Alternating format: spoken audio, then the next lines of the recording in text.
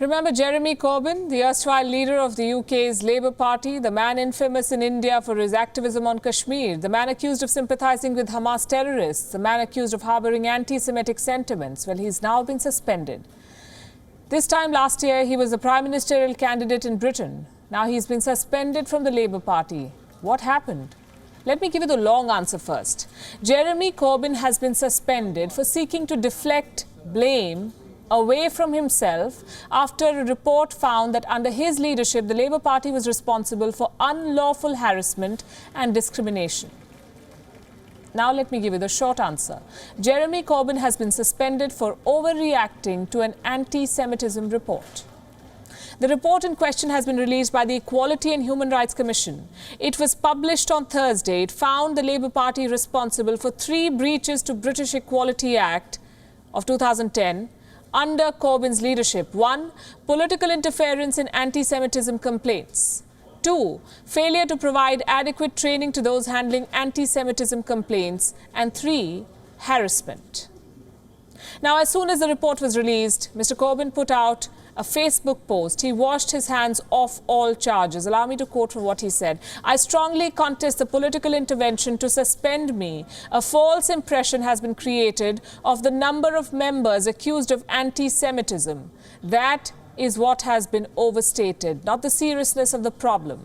He's calling it political intervention. Now listen to the statement by Labour Party's current leader, Keir Starmer. "I found this report hard to read, and it is a day of shame for the Labour Party.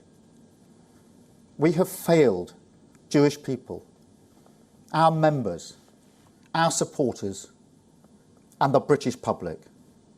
And so, on behalf of the Labour Party, I am truly sorry for all the pain and grief that has been caused.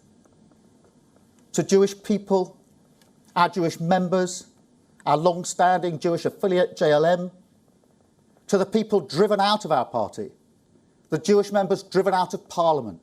Those that deny this a problem are part of the problem.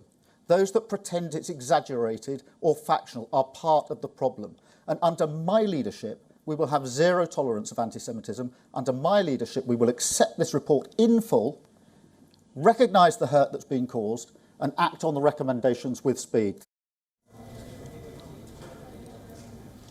And he acted with speed. Jeremy Corbyn stands suspended. He will soon face an investigation, but he also stands firm on his position. Mr. Corbyn is planning to challenge his suspension. He has asked his supporters within the Labour Party to gear up for a fight. What I'll be doing is appealing to the party and those that have made this decision to kindly think again.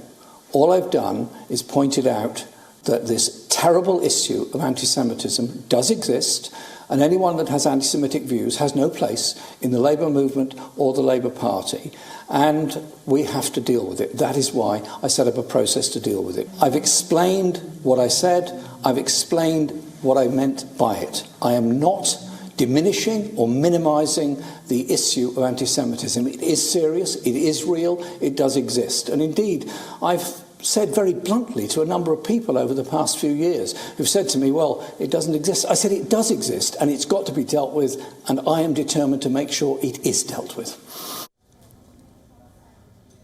What a fall from grace for Mr. Corbyn. He has represented the Labour Party in the British Parliament since 1983. But his tenure has been marred by consistent complaints of anti-Semitism. I could give you a few examples. In August 2018, an old video of Corbyn emerged in which he said that a group of British Zionists had no sense of English irony.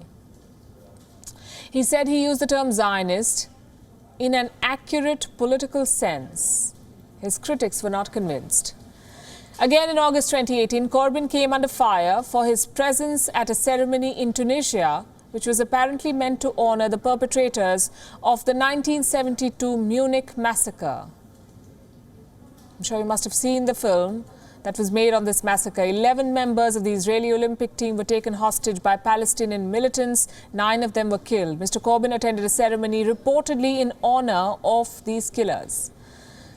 And again in 2018, Jeremy Corbyn was criticised for sending an apparently supportive message to the creator of an anti-Semitic mural. He later clarified that he had not looked at the mural properly. Well, we hope he has taken a good look at his suspension letter. What if it's for a lifetime? Thank you for watching Gravitas on WION's YouTube channel. If you want to stay up to date with what's happening around the world, then subscribe to our channel and don't forget to like and share. Thank you very much for watching. WION, World is One.